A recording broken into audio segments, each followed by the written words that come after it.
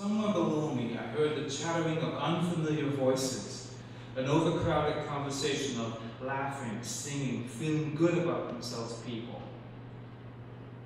Relaxing, I let their words sink in, though what they said made no sense to me. I wasn't worried. I didn't care. But then, holy shit! Somebody screamed, followed by the loud sound. The loud, close sound of a car crash.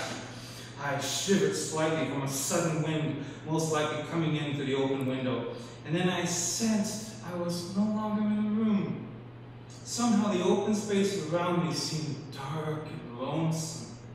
I could have been spiraling into a void for all that I knew. So I asked myself a question. What am I doing here? No answer came to my head. It was like my brain had registered nothing. Then I remembered thinking I can hear distinctly some sweet music, an exotic foreign melody, so light and airy, and it was calling out for me. Abruptly, that ended as then I began to hear the sharp grinding of metal on metal, a vicious cacophony of creaks and groans mingled together with scattered shrieks of human dialogue as if they were frantically searching. I went to the party knowing just about everybody there. They danced, they loved, I ate. And while I lurked about in the subdued darkness of their shadows, I watched the girl of my dreams in my heart party it up with them. Oh, how I loved her. How I wanted to love her more than anybody. But a burning question remained in my mind. How does she feel about me? And after all that grinding subsided, I noticed how abnormal my breathing became. It was shallow, erratic, and coarse. Having lain down while that Metallica orchestra played on in between my ears, I thought it best to get up and walk around so that the nerves in my legs didn't show up and die. In a stream of warm, faint light, I stopped and looked at my hands. The sickly pallor worried me, and that stiffness made it barely tolerable to move. I didn't crack my knuckles, as I was akin to do when wanting to relax, nor could I snap my fingers. I never really could do that. Anyways, I mention it now. All over, I went numb and cold. I was scared. I started to seek reassurance that everything would be all right. Oh, if only I could be with. But I didn't say it. God, what's happening to me? Why am I like this? I asked the ceiling.